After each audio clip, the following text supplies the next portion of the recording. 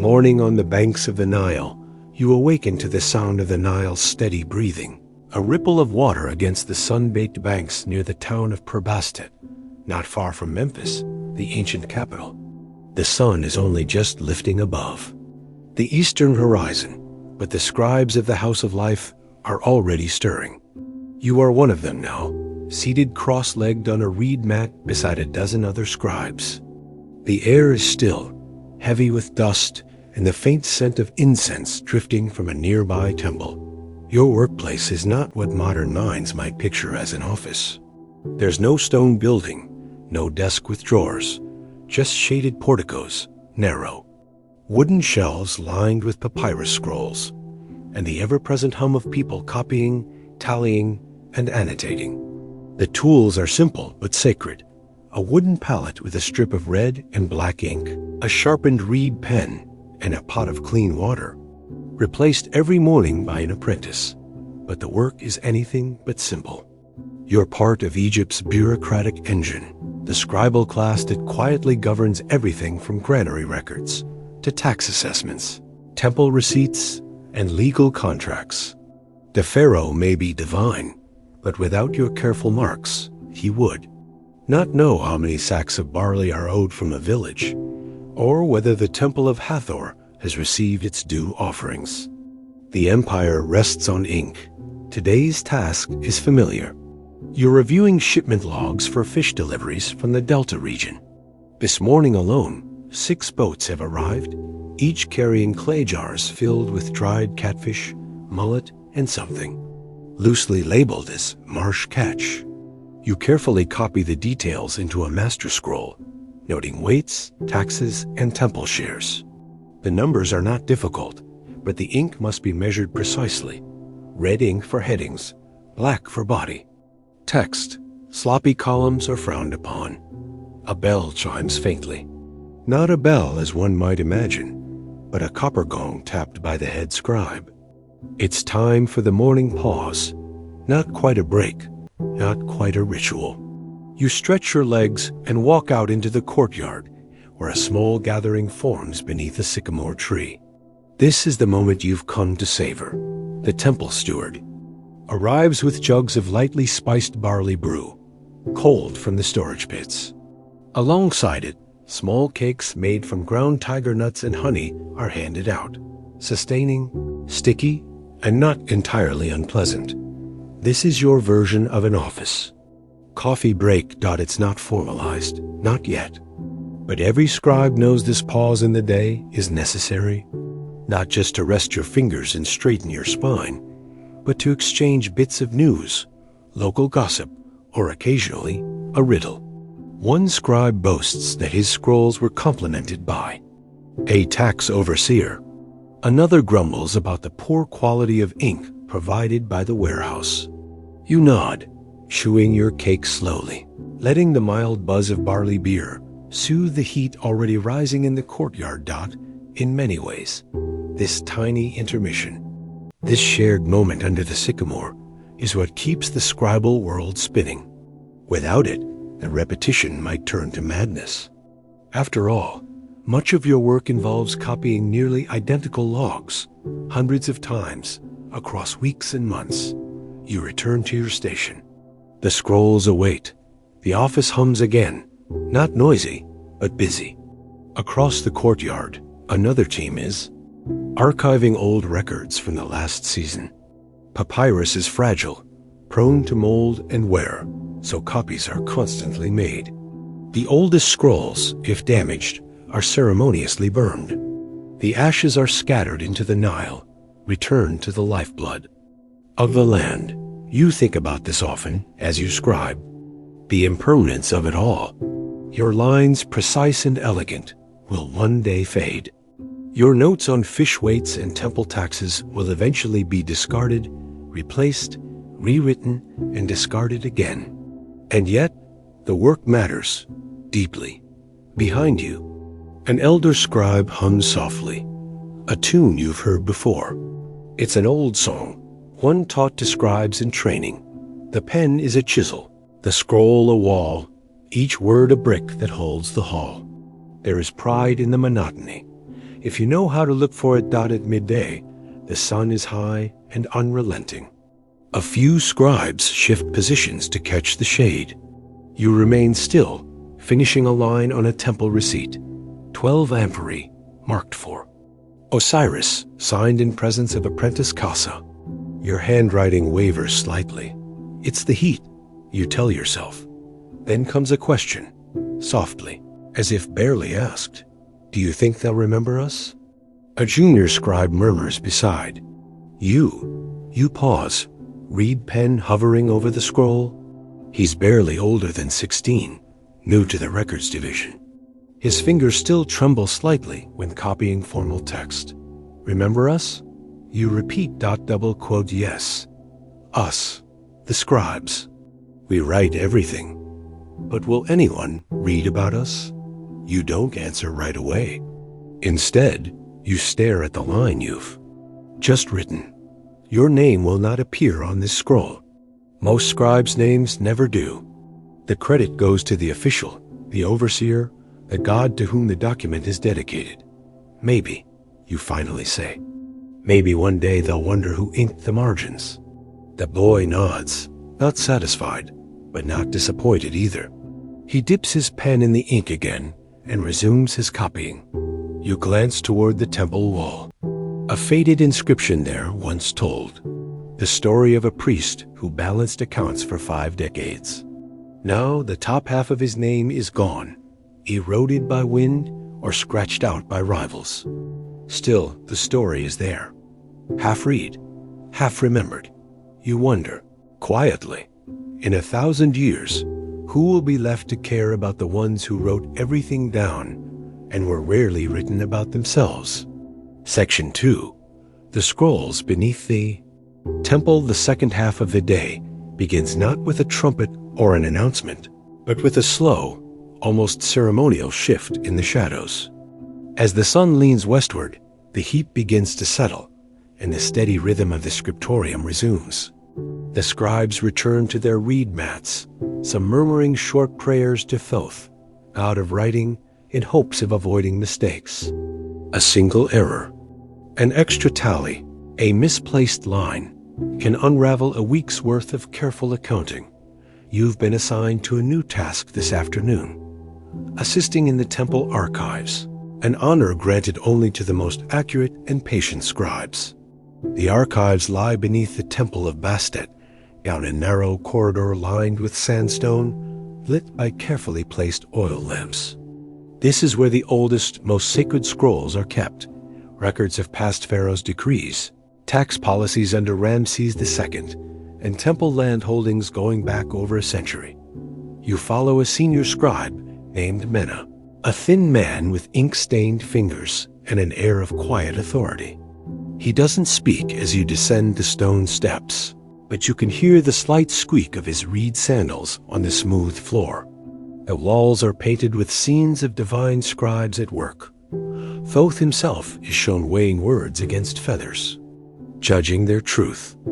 Inside the archives, the air is thick with dust and something else, a smell like old linen and dried herbs. Scrolls are wrapped in fine linen cloth, labeled with tags made from slivers of ivory or baked clay. Some of the oldest scrolls are locked inside wooden chests, banded with copper. You're instructed not to touch those, only to observe and record. Your task is to cross-check duplicate records of land offerings made to the temple 3 generations ago. The temple, like any major institution, must track the inheritance of land and goods to maintain its power. These scrolls do not contain tales of battles or grand monuments, only rows and rows of names, fields, boundaries, and grain values. You sit on a low stool as Mena unfurls a scroll that crackles with age. The writing is tight and elegant, from an era when ink was mixed with crushed lapis and gum arabic. You gently compare it to a fresher copy made some 40 years later, scanning for discrepancies. There it is, a single field, once listed as belonging to Nebaman, son of Kepa, is now attributed to Nebaman's cousin Jennifer. You raise your hand to note the error, but Mena shakes his head. No error, he says quietly. It changed hands when Nebaman died without sons. Mark it transferred and date it. You do as instructed. One papyrus scroll, one change in land ownership, all silently recorded beneath the temple, like nothing more than the ebb and flow of the Nile. After a few hours, your back begins to ache. The lamp flickers, and you pause to adjust its wick. Mena remains focused, silently sorting through another stack. He seems to know these scrolls, the way some men know stars or wind, with a reverence born from years of intimacy. You wonder, how many generations of scribes have passed through this room? The archives are old, older than your grandfather, older than most of the city itself. Beneath this temple, a quiet bureaucracy has persisted through drought, war, and regime changes. The scrolls do not mention invasions or famines, but they always list taxes, even in lean years. Always the barley counts, the goat tallies, the labor rosters. Later, during a short break, Mena gestures to a locked box in the far corner of the room. Do you know what's inside that chest? He asks. You shake your head. Letters, he says, from scribes, not official ones, just notes. Little messages written on pottery shards, complaints, jokes, sometimes love poems. Some were never meant to be kept, but someone archived them anyway. No one knows why. You're surprised. You've never seen such a thing. Letters written by scribes for no official reason? Can we read them? You ask. Mena smiles faintly, as though amused by your eagerness. Eagerness. Not today. But someday, if you stay in the archives long enough, the high scribe might allow it. The thought lingers in your mind as you return to your stool. Somewhere in this vast room of order and accountancy, there lies a forgotten record of the human behind the pen. Not just fish counts or tax logs, but sighs, laughter, frustration, longing. You resume your copying more slowly now. Each mark feels heavier, more alive. Somewhere behind the shelves, the past whispers. Hours later, you emerge from the archives. The light outside is golden, and the evening breeze finally cuts through the heat. You make your way back toward the scriptorium, past apprentices sweeping the courtyard, temple servants lighting braziers, and the scent of roasted onions drifting from the kitchen quarter. You notice the junior, scribe again, the one who asked whether anyone would remember. The scribes. He's bent over a scroll, muttering his lines quietly. You don't interrupt Dot as you walk home that evening. The streets of Per-Bastet are still. The Nile glows faintly in the moonlight, and small lanterns flicker along the embankment. You think again of the letters in the chest, forgotten, archived, but somehow preserved. The temple remembers more than it admits, and you begin to wonder, what did those anonymous scribes write in their personal notes? Did they ever joke about a smudged scroll? Did they secretly resent their overseers, or fall in love with the baker's daughters? Did they ever worry, like you do, that they were just shadows behind someone else's name? Section 3. Ink Memory. And the weight of dust. You return to the House of Life the next morning before dawn, a little earlier than usual. The streets are quiet, and the Nile is still, its wide waters reflecting a gray-pink sky. You can hear the temple pigeons cooing somewhere overhead, and the soft footfalls of fellow scribes arriving, yawning and rubbing their eyes. You've been called back to the archives today, and there's a quiet thrill in that.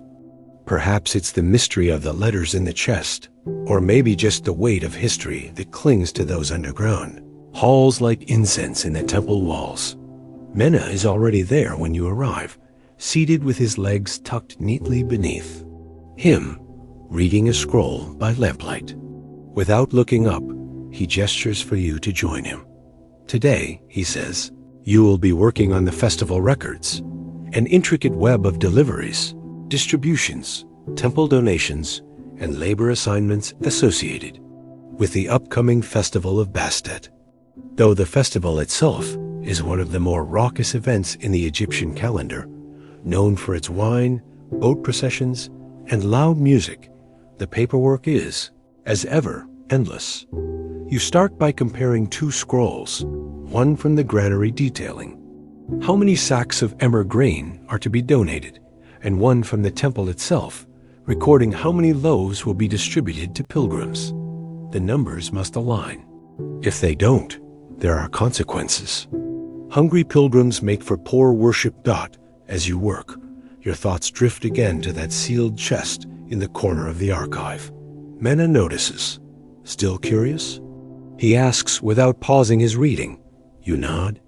He smiles faintly, then stands and walks to the chest. He retrieves a small ivory key from around his neck, something you had never noticed before, and, with a practiced motion, unlocks the lid. Inside are dozens of broken pottery shards, ostraca, as they are called. Not precious, not ceremonial. Just the everyday scraps used by scribes and workers to jot down notes when papyrus was too expensive or unnecessary. He hands one to you. It reads, "To Neb, if the ink is still bad tomorrow, I shall mix it myself." S. Another, the overseer, counts with his mouth, not his eyes. And another, "Tell her the bread was good, and that I wish I'd stayed longer." Some are smudged, others written in a hasty hand, as if dashed off between tasks. But each one pulses with something almost forgotten in this world of rituals and registers, a human heartbeat. These weren't meant for gods or kings. They were meant for friends, for lovers, for fellow scribes stealing a quiet joke before the next assignment. You wonder, who chose to save these? And why? Mena shrugs when you ask. Maybe one scribe saw himself in them, he says. Maybe. He thought, we record everything for everyone else. Someone should record us. You hold one of the ostraca in your hand for a long while. It's heavier than it looks. Later that week, the festival begins. The city of Per-Bastet is transformed. People arrive in droves by boat, singing and shouting. The temples are garlanded with lotus flowers. The streets lined with stands selling wine, dates, roasted fish, and honey cakes. For 3 days, the city is alive with laughter and sound. But the scribes, of course, remain at their posts. You and your colleagues are stationed at a makeshift pavilion near the river, recording offerings brought by pilgrims. Some bring baskets of figs, others small coins or bolts of linen. Each item must be noted, categorized, and weighed. You write until your hand cramps. Still, there is joy in the air. You see scribes smiling more than usual. One hums a festival song while tallying. A goat donation. Another offers you a dried fig from his own pouch. As the sun begins to set, Mena appears beside you, holding 2 cups of barley beer. To Thoth, he says simply, raising one. And to the forgotten ones, you raise your cup. The beer is cold and bitter, with a faint taste of herbs. The two of you sit in silence for a while, watching the boats drift lazily on the Nile. And he says something you'll remember for years. Do the gods need our scrolls to know what happened? Probably not, but the people do, the ones who come after. Years pass. You rise slowly through the ranks, from junior scribe to overseer of records. The work changes little, though the faces around you do. You train younger scribes now.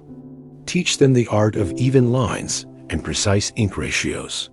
You remind them to take breaks, to stretch their backs, to share a barley beer under the sycamore when the sun becomes too much.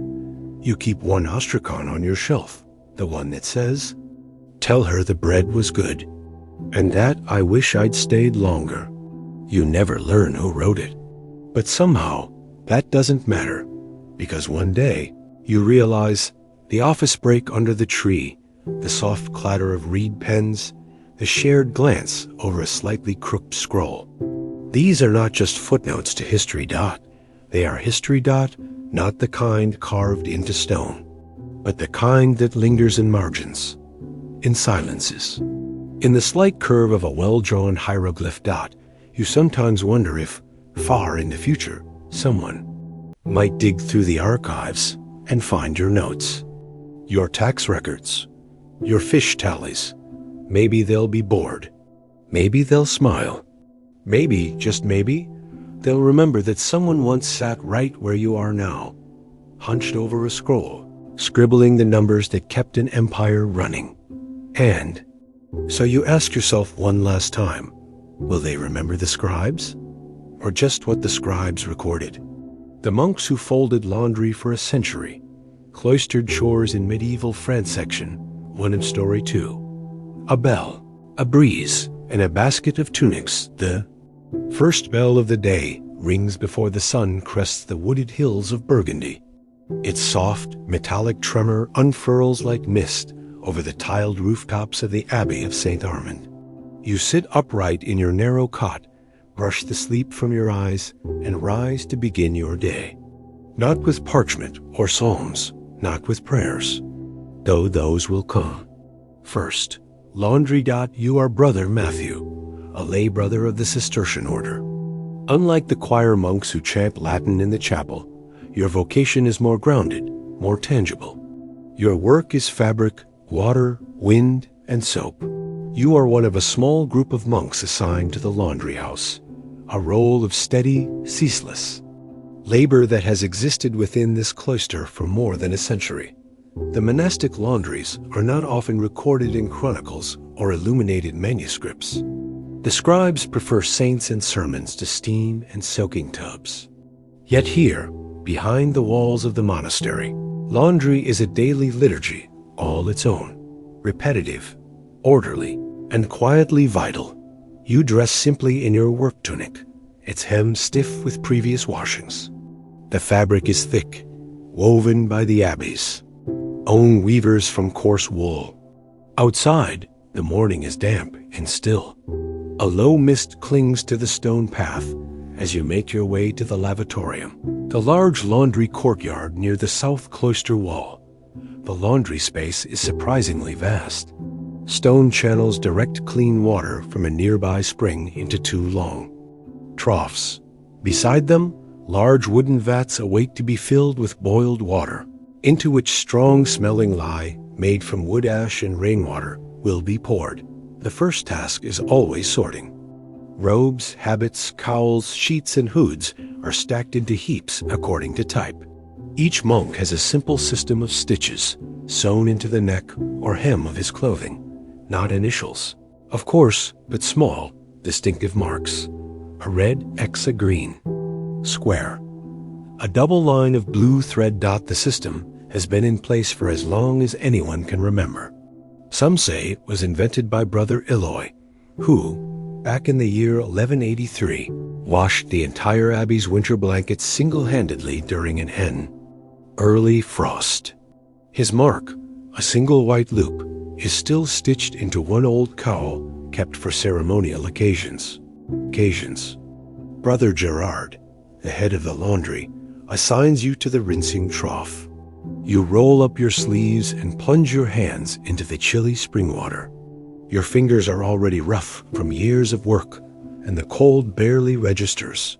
Robes are soaked, beaten with smooth wooden paddles to loosen dirt, and passed down the line.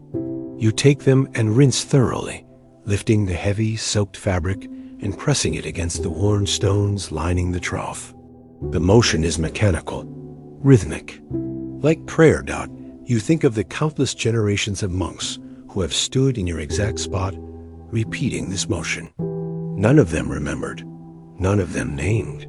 But their work kept the abbey clean, and cleanliness, in this order, is next to sanctity. It is not the kind of labor that leads to sainthood, but it is what must be done. Around mid-morning, the laundry house fills with the scent of lavender. Not because the abbey is luxurious, far from it, but once a month, dried lavender is boiled into the final rinse water for robes destined for feast days.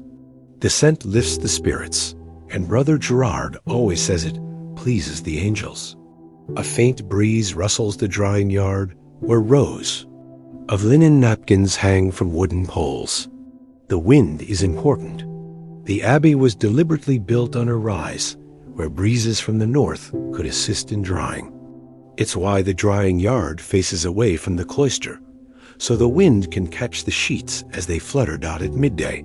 You pause with the others in a shaded colonnade and take a simple meal of lentil stew and black bread. The laundry monks do not eat in the main refectory. Your hands are often stained or cracked, and the choir monks, silently, prefer it that way. Brother Aungsong, a quiet man who speaks only when necessary, remarks that a shipment of salt soap has arrived from a nearby priory. He says it in a near whisper, as if delivering some grand theological news. You nod solemnly. Good soap means smoother cloth, fewer splinters, and hands that do not crack so violently in winter after the meal. The woolen robes go out to dry, hung on long poles stretched and clamped with wooden pegs. The abbey has developed dozens of tools over the decades for drying garments properly. A poorly dried robe becomes stiff. Worse, it becomes moldy and must be burned. Nothing is more frustrating than losing a perfectly serviceable habit to bad weather. You remember, years ago, when a novice hung a full set of cowls during a rainstorm. The entire batch had to be discarded. He spent the rest of the season assigned to stirring the soap. Cauldrons. It's the little things in monastic life that bring either reward or ruin. The afternoon passes slowly. You are assigned to brushing tunics with stiff combs, a task meant to remove the embedded dust and soften the fibers. The comb is made from carved bone, passed down through 3 prior heads of laundry. You know its shape by feel. A slight crack on the left prong, a worn handle, smoothed by generations of hands. As the sun lowers toward the forest, the laundry team begins its final chore of the day. Folding, not haphazardly, not casually, but with quiet precision. The folding of robes is done according to a pattern set nearly 100 years ago. Sleeves folded inward, hem squared, hood tucked. The folded garment must fit exactly into the wooden storage chests in the clothing chamber. Brother Gerard inspects the folds. He nods or shakes his head with the smallest of gestures. He once said, with an entirely straight face, that a sloppy fold reflected a sloppy soul. You finish your last fold and place the tunic in the chest, a scent of lavender faintly rising from its folds. By vespers, your arms ache, your fingers are raw, and your robe is damp at the hem. But the laundry is clean. The order of cloth has been restored. The abbey, once again, smells faintly of soap, ash, and wool. As you walk back to your dormitory, the bells begin again, a slow, even chime echoing off the cloister walls. Somewhere in the chapel, psalms are beginning. But here, in the quiet corridor near the laundry house, you pause beside an old stone bench and rest. You glance back at the drying yard, now empty, and wonder how many monks have stood here. Before you, feeling the same ache in their arms, the same cooling breeze on their cheeks. You ask yourself, not for the first time, when the scrolls of the abbey are read 1,000 years from now, will anyone remember the brothers who folded tunics under a breeze? Section 2. The Soap Cauldron and the Cloister Rule. The next morning, the sun rises later than usual, hidden behind a veil of autumn fog. The courtyard of the Abbey of St. Armand is quiet, muffled by mist and dew. You wake to the dull ache in your shoulders that now feels like an old companion. As a lay brother of the Cistercian order, aches are not ailments, they are affirmations.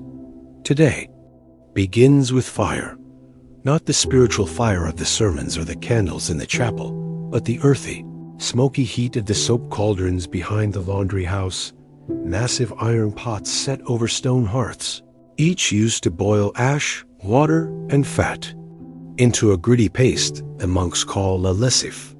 This soap is no delicate perfumed luxury.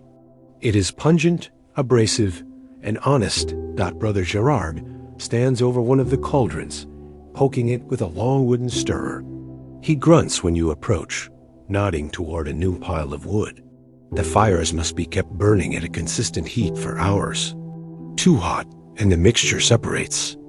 Too cold, and the lye doesn't activate.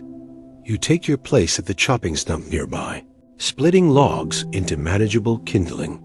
The rhythm of the axe is almost meditative, steady, controlled, like so much of monastic life. Each motion connects, you with the earth, the wood, and the task at hand. You are not permitted to talk here, not because it's forbidden, but because silence is the cloth this abbey wears most comfortably. Occasionally, a choir monk passes nearby, hands folded in his sleeves, reciting psalms under his breath. He does not look your way. You don't expect him to. Though you live in the same community, the divisions are quiet but firm. Choir monks chant and transcribe. Lay brothers toil and tend. Some would call this hierarchy unjust, but in truth, it is simply the rule of the cloister, the regula sancti benedicti, the rule of Saint Benedict, interpreted for the Cistercian mind. You follow this rule in every part of your day. It tells you when to wake, when to eat, when to scrub, when to pray, when to fold. And though it never once mentions the proper ratio of ash to tallow, it governs even that in spirit. As the cauldron boils, a sour scent fills the air. The soap mixture thickens, and Brother Anselm carefully stirs in a batch of dried rosemary gathered from the monastery gardens last week. He says it helps soothe skin. You suspect it's more for the smell than the soul. When the soap is ready, you help pour it into wooden troughs to cool. The thick paste will be scooped and stored for weeks ahead. Some is wrapped in scraps of cloth for use during feast day cleanings. The rest is shaped into rough bricks for regular scrubbing. After the soap work, you're assigned to the linen chamber, an area where the abbey stores its finer cloths. Here, the rules are even stricter. You must wear gloves, made from stiff wool, and carry no ink or oil on your person. The linen kept here is used only for sacred purposes: altar cloths, burial shrouds, and the occasional ceremonial vestment used during High Mass. Each item is wrapped in a cloth of its own, labeled in Latin, and placed on cedarwood shelves to keep moths away. You unfold a piece marked Pallium Altaire, the altar cover, and check it for signs of wear. Any fraying must be reported. If the linen is too worn, it must be ritually retired, cut into strips and used only for cleaning chalices. There's an almost paradoxical humility in this ritual. Even the cloth that adorns the altar, the holiest space in the abbey, eventually becomes a rag for polishing silver. Nothing is wasted here. Not water, not time, not even fabric. As the day stretches onward, the fog lifts and the abbey grounds are bathed in a soft, golden light. You join the others in the drawing yard, hanging newly washed cowls in long rows. The ropes are taut. The poles are straight. The spacing between garments is consistent, as it has been for generations. Brother Gerard inspects the line. 1 finger's width between each sleeve. He murmurs, "No more, no less." You nod. He doesn't need to explain. A crowded line dries unevenly. A crooked sleeve casts a shadow on the tunic beneath it. In the abbey, even air must be managed with order. During the afternoon meal, eaten again apart from the choir monks, you sit on a low bench with Brother Anselm. He speaks quietly about the great reign of 47, when the abbey's roof leaked and hundreds of garments were ruined. They had to wash everything by hand for weeks, hanging robes and shifts around smoky fires. He chuckles. We smelled like wet sheep and ash for a season. You smile, imagining the abbey halls filled with drying racks, monks ducking beneath dripping wool as they moved between prayers. None of that was recorded, he adds, but it happened just the same. That idea stays with you long after the meal. So much of this life, the wringing of cloth, the folding of sleeves, the boiling of soap, is invisible to history. It leaves no parchment trail, no inked testimony, but it shapes the abbey as surely as the sermons and scrolls. Even now, you know that someone, generations from now, will wear the habit you folded. They won't know your name, but they will feel the smoothness of the wool, the clean scent of rosemary, the evenness of the sleeves, and perhaps a faint echo of your care dot as evening comes. The bells ring again, slow, measured, calling. The monks to Compline, the final prayers of the day. You do not attend. Your work is not sacred in that way. But in your heart, you recite a silent prayer of your own. Blessed be the hands that wash, that fold, that boil, that mend. You pause in the courtyard before returning to your cell. The breeze is gentle, and a single sheet flutters free from its peg, dancing briefly in the wind before settling at your feet. You pick it up, smooth its creases, and refasten it to the line. Then you wonder, unexpectedly, what would the rule of St. Benedict have said about laundry monks had he known their folds would outlast his own ink? Section 3. The Last Robe and the Laundry Ledger. There is a saying, passed in hushed tones among the laundry monks of St. Armand, you will not know your last robe until it is folded. No one knows who first said it. Perhaps Brother Eloy, or maybe someone far more anonymous. It's not written in any of the Abbey's books, but neither is most of what you do here. And today, as the winds howl low from the north and frost lines the stone path between the cloister and the drying yard, you feel something shift. You are no longer the youngest hand on the soap vats. You haven't been for years. Your fingers, once steady and nimble, are now slower to close around a damp tunic. The familiar stiffness in your spine tightens with each load carried from the vat to the drying line. Time, like soap, wears things down without malice. This morning's task is a solemn one, preparing the burial garments for a brother who passed quietly in his sleep. Brother Leon, aged and gentle, who once tended the sheep until his eyes faded and he was assigned to the laundry as a peaceful post.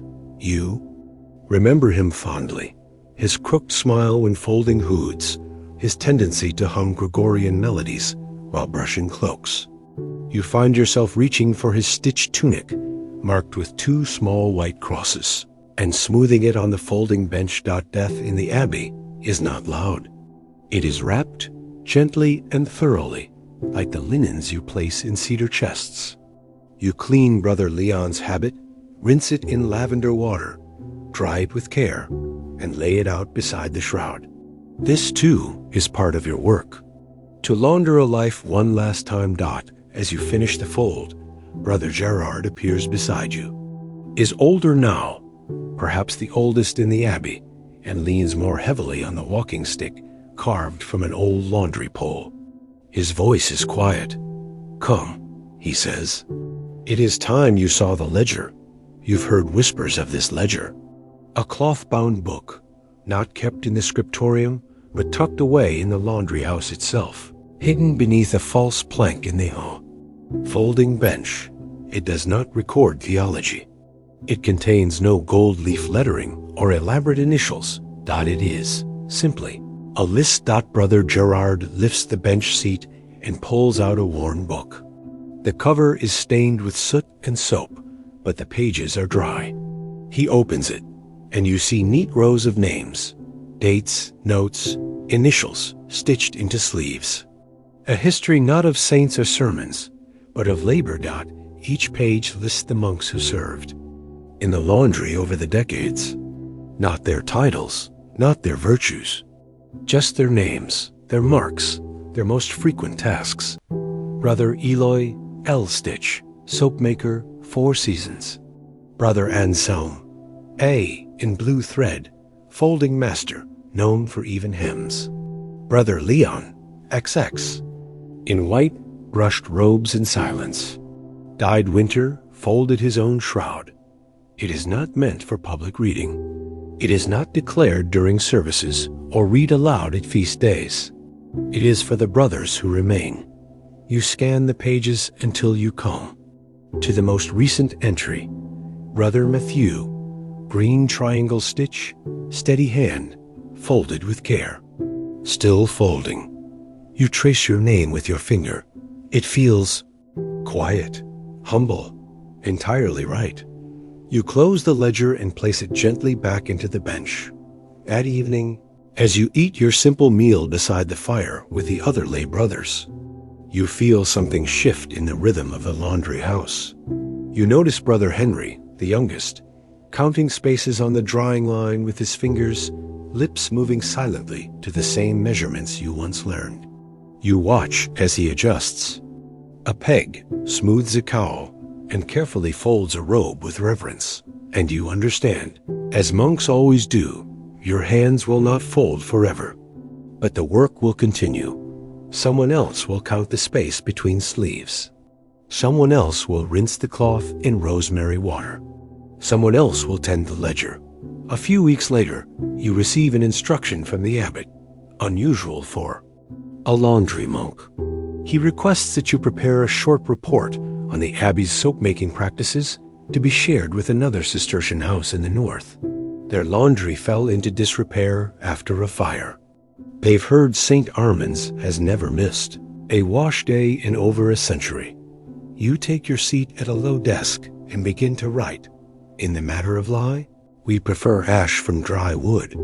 The soap must be stirred for as long as a psalm takes to. Sing, and no longer, you describe the brushes, the folding method, the stitched markings, the lavender water. You write it plainly, as one does with laundry dot. It is the first time in your life anyone has asked you to write something down. You finish the report and deliver it in silence. It may travel far, or it may never leave the abbey. But still, it is written. Years pass. One evening, as winter leans hard against the cloister walls and the wind rattles the wooden pegs in the drying yard, you place your final robe in the cedar chest. You fold it with care, sleeves inward, hood tucked, hem smoothed. The linen smells faintly of time this time, not lavender. A small change. A small decision. As you close the chest. You know, this was the last robe. Someone else, Brother Henry, perhaps, will take your place tomorrow. The lines will still be straight. The folds will still be even. And your name will remain inked, quietly, in the ledger beneath the bench. And so, you ask yourself one last time, if heaven has robes, who will fold them? And will they be folded as carefully as yours? Story 3 title: How 17th century postal workers remembered every house in town. Section 1 of Story 3. The postman of Delft wakes at dawn. It is 5 a.m. in Delft. In the year 1674. The sun has not yet risen, but the canals are beginning to glow with the faint light of a new day. Somewhere near the edge of town, in a squat brick house beside a warehouse of barrels and rope, a man named Peter van Groknoes is stirring. He stretches, groans, and pulls on his wool stockings. His boots are already by the door, always, placed in the same spot, polished once a week, even if they never truly shine. He is the stadsbode, the city postman, and he is about to begin his rounds. There is no uniform, no badge, just a thick canvas satchel and an encyclopedic memory of every doorway, alley, rooftop, and painted shutter in Delft. Delft, in the young 17th century, is a town of tiles and tobacco, painters and potters, fishmongers and firewood sellers. And every one of them, high or low, merchant or maid, wants their letters delivered. Peter knows this. He knows exactly where to go. He lights his small lamp, eats a heel of rye bread and a slice of cheese, and opens the shutters. Fog sits low over the canal, and a heron flaps off into the gray light. His first stop is the post station, a room attached to the Guildhall, where packets arrive from The Hague or Rotterdam by horse-drawn courier the night before. Inside, rows of wax sealed. Letters wait in neat stacks, sorted not by street name, but by surname and profession. Why? Because in Delft, streets shift names mid-block, house numbers don't yet exist, and addresses are often as poetic as they are practical. To Master Jan Vos, where the white swan hangs over the door. To Widow Wren's, near the apothecary who limps. Peter sighs as he skims the pile. He knows where all these people live. He doesn't have to look it up.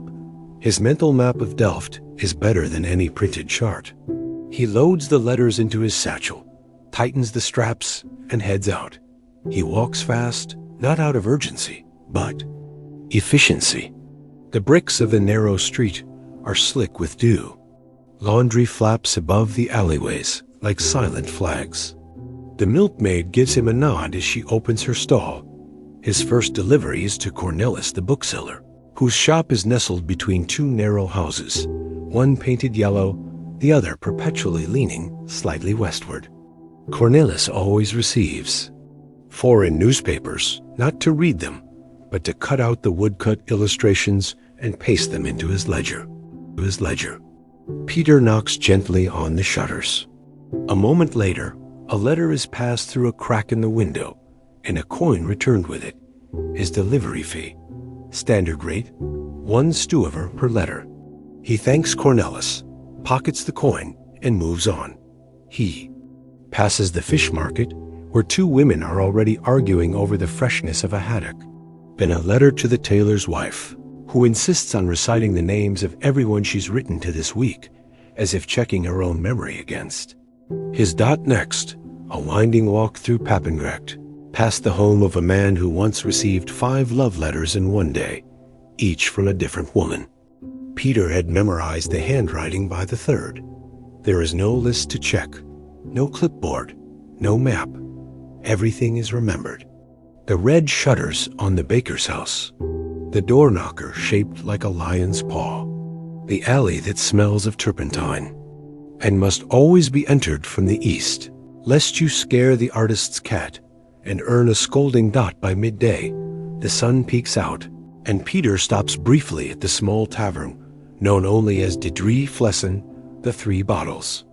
The innkeeper, a round woman with sharp eyes, hands him a cup of warm beer and a plate of stewed cabbage. Payment comes in the form of free delivery for her cousin's next letter.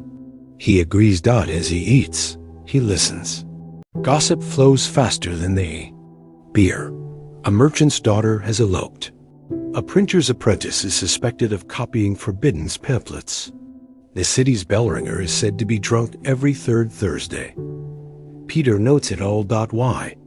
Because information is his business. Not for profit, not for blackmail, but because the post depends on memory, and memory depends on detail. A bad postman delivers to the wrong house. A good one remembers not just the street, but the person, the voice, the walking gait, whether they answer the door with a cough or a laugh. The best postmen know if their recipients are right-handed, prone to misspellings, or likely to tuck. Extra coins into the letter folds. Later, in the afternoon, he visits the potter's lane, where clay dust coats every doorstep.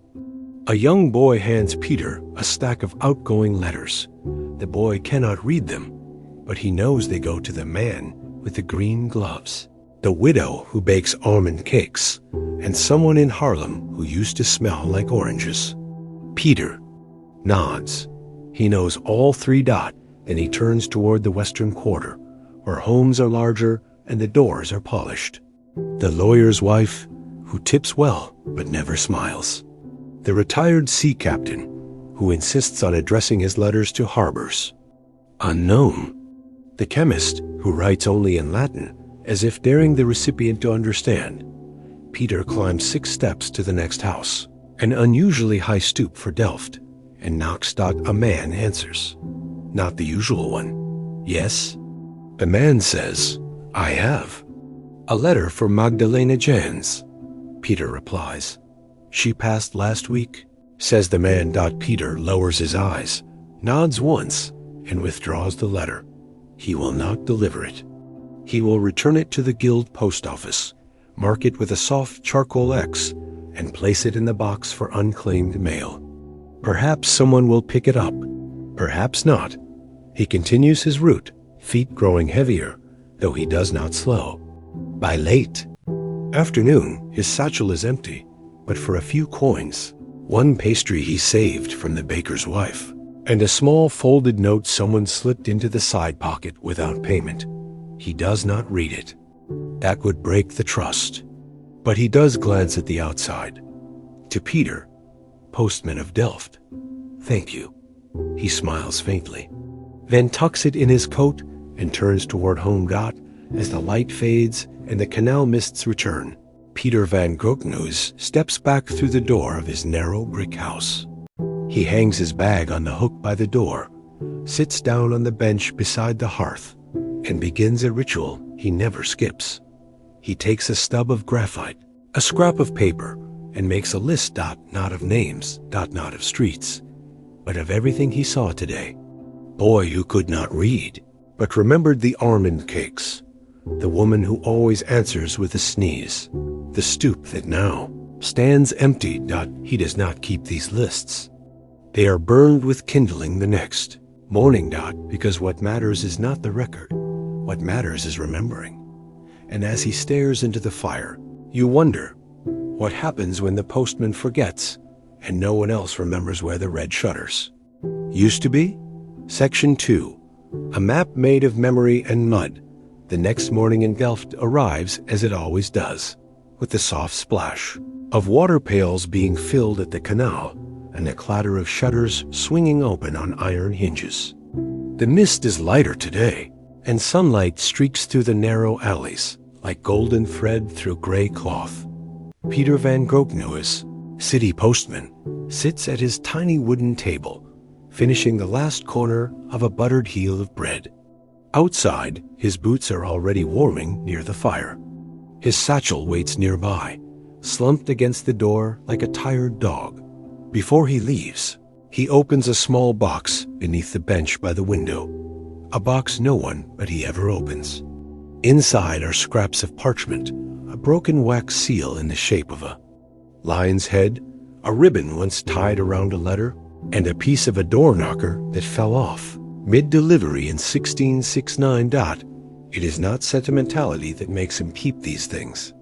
It's cartography, because in a city without true addresses, memory is a map, not drawn in ink, but built from touch and sound and smell.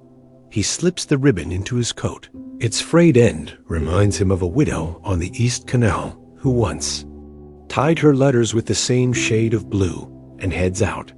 Today's post is heavier than usual. News from Rotterdam has come.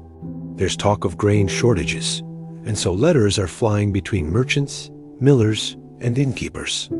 Everyone wants to know if prices will rise, if shipments will slow, if anyone, has heard from that boat whose hull was patched last spring and hasn't been seen since. Peter sorts the bundles swiftly.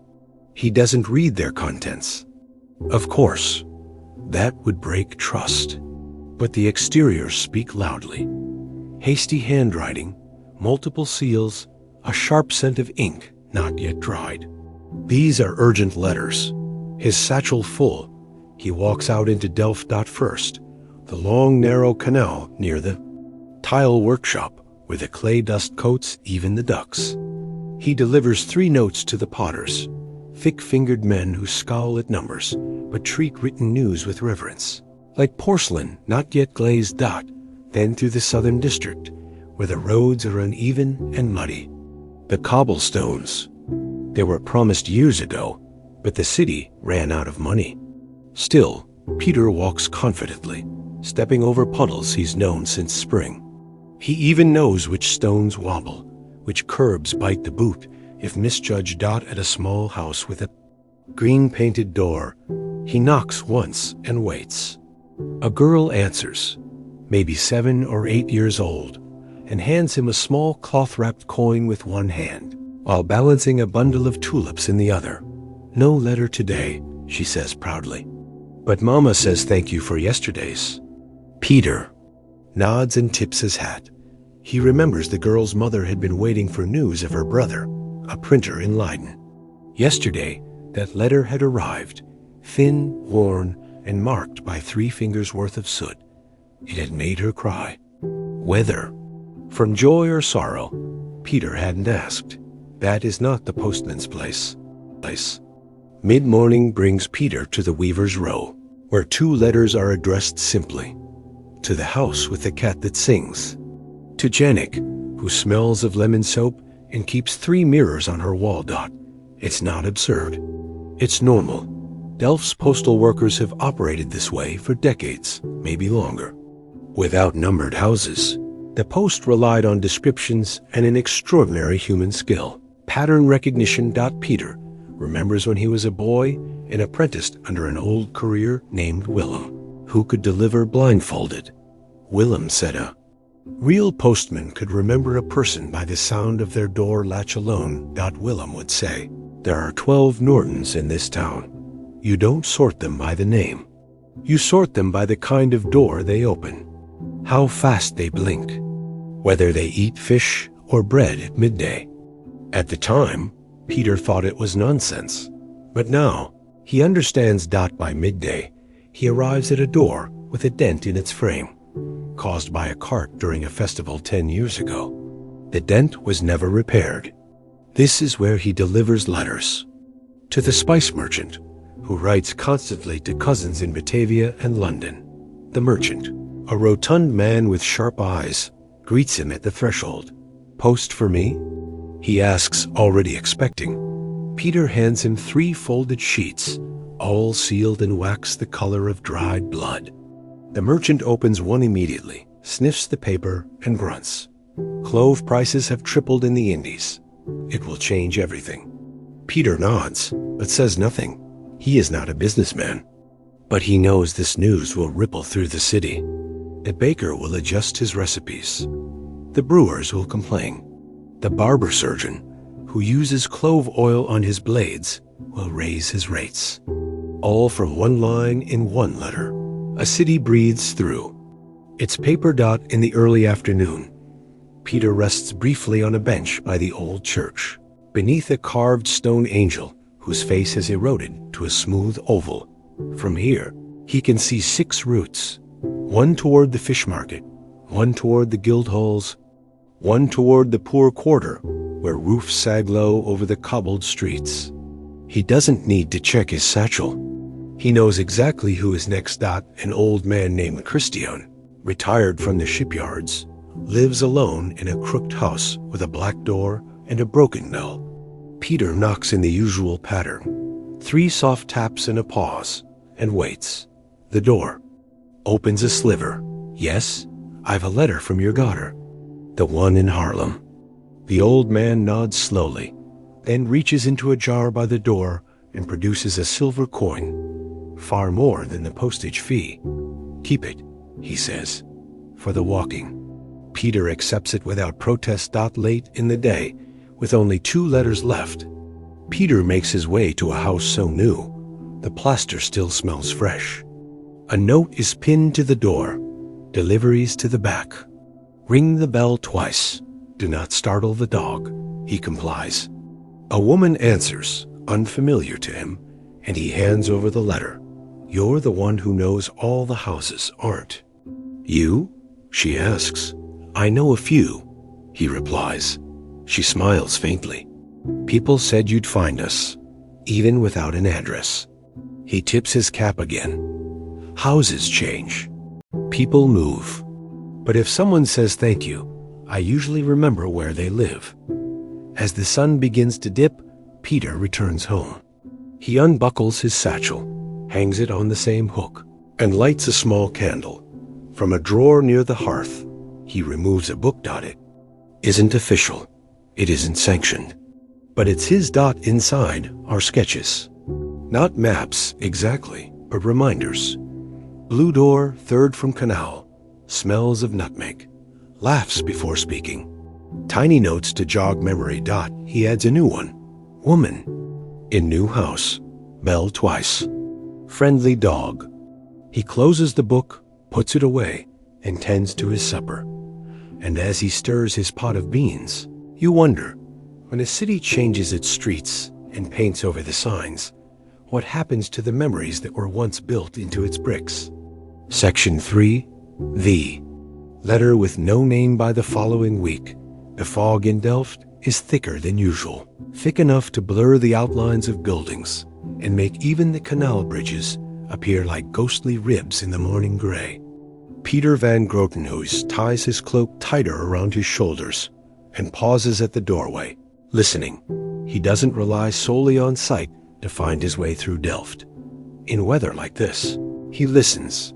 The groan of the shutters near the eastern shoemaker, the bark of the dog 2 houses past the cheese merchant, the echo of his own boots against the square where the paving stones dip just slightly at the corner. This morning, however, begins differently. When he enters the Guildhall post station, Brother Willem, the clerk with a nose like a hawk and hands inked black from tallying deliveries, hands Peter a letter that stops him cold. It has no name. Only this, to the house with the carved sun above the lintel, where no one has written in years. Peter furrows his brow. He knows that house. It sits just north of the dye yard, pressed between 2 narrow warehouses. The stone above the door bears a weather-worn carving of a sun with rays that once gleamed gold, now barely visible beneath the soot of decades. The family that lived there. What were their names? He remembers the mother, tall, often wearing green, and the boy who used to chase pigeons with a wooden sword. But they left years ago. The boy would be a man now, if he still lived. So who sent this? He turns the letter over. The seal is plain, dark red, and cracked slightly at the edges. Not a merchant's, not a lawyer's, no crest or initials. He hesitates. Then he tucks it gently into his satchel, near the top, where it won't be crushed, and heads into the streets. The fog does not lift all morning. It hangs thick, like steamed linen. Peter walks slower, testing each step, retracing mental routes he's walked thousands of times. Delivering mail in this weather is more art than science. He hands off a letter to a woman whose son lives in Leiden, and who always asks him to wait, just in case there's a reply. She scribbles something quickly with a stub of pencil and gives it to him with 2 candied almonds. Payment enough. Later, he slips a folded note beneath the shutter of a midwife's house. She's known to sleep late on Tuesdays after her night rounds. And at midday, he delivers a letter to the city bell ringer's cousin, who doesn't speak, but smiles every time with both hands clasped together. Peter returns the smile, then makes his way toward the dye yard. The house with the carved sun is still there, but time has not been kind. The windows are clouded with grime. The front step is chipped. 1 shutter hangs askew, but the sun above the lintel remains, pale, almost invisible unless you know where to look. He knocks, once, then again. No reply. He leans closer and listens. Nothing. He's about to slide the letter under the door when he hears it. A soft cough, and the creak of a floorboard. The door opens just a crack. An elderly woman peers out, wrapped in shawls. Her eyes widen slightly when she sees Peter. Yes? I have a letter, he says gently. For this house, for someone who has not received one in a long time. She doesn't speak, only nods, and extends her hand. He gives it to her. She takes it inside and closes the door without a word. Peter stands there for a moment longer, unsure if he should feel sorrow or satisfaction. He never did know who the letter was meant for, but it reached someone, and maybe that's enough. That evening, back in his small house, Peter sits beside the fire with a warm mug of small beer and the faint scent of damp cloth drying in the corner. He opens his book, not the official one, but his own, and writes, "Carved sun house. Still inhabited. Woman, older. No words. Letter delivered." He taps the quill against the page. What did the letter say? Was it a reconciliation? A forgotten apology? Or something simpler, the return of a name to someone who thought they'd been erased? He'll never know. And perhaps it's better that way.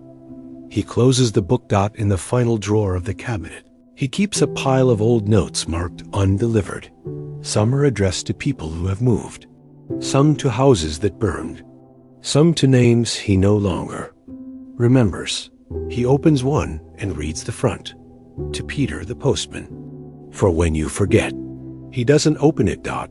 He simply places it back and smiles. Weeks later, a new apprentice begins training in the post station. A sharp-eyed girl from Utrecht with a memory for door colors and a habit of drawing tiny maps. On scraps of cloth, Peter doesn't correct her. He simply hands her the satchel one morning and says, "You'll forget some things, but you'll remember the right ones." She nods dot, and as she walks off into the fog, he watches her go, turning.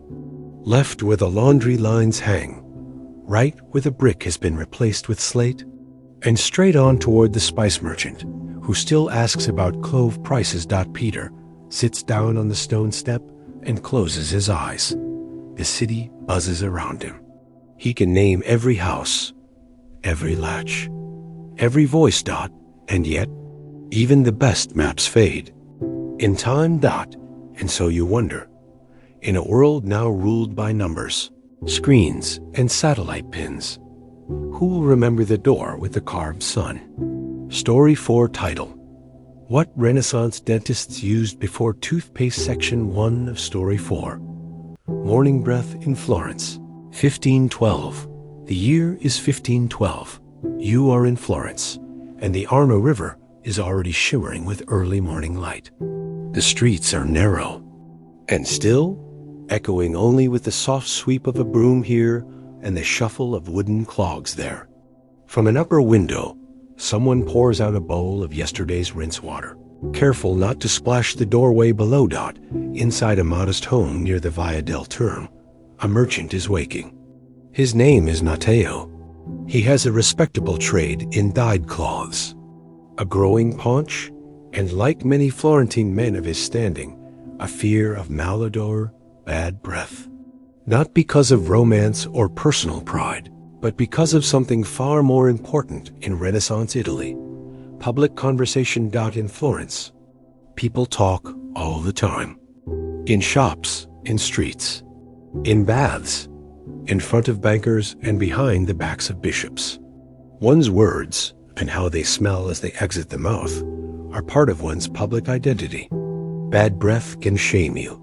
Sharp breath, sweetened with clove or mint, could mark you as someone refined, careful, trustworthy, perhaps even pious. Matteo sits up, rubs his jaw, and winces. His gums ache a little. That molar, the one he's been nursing for 3 weeks, is no better.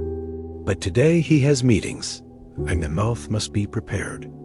He reaches for his tooth rag, a length of linen soaked the night before in a mixture of wine vinegar, crushed sage, and salt.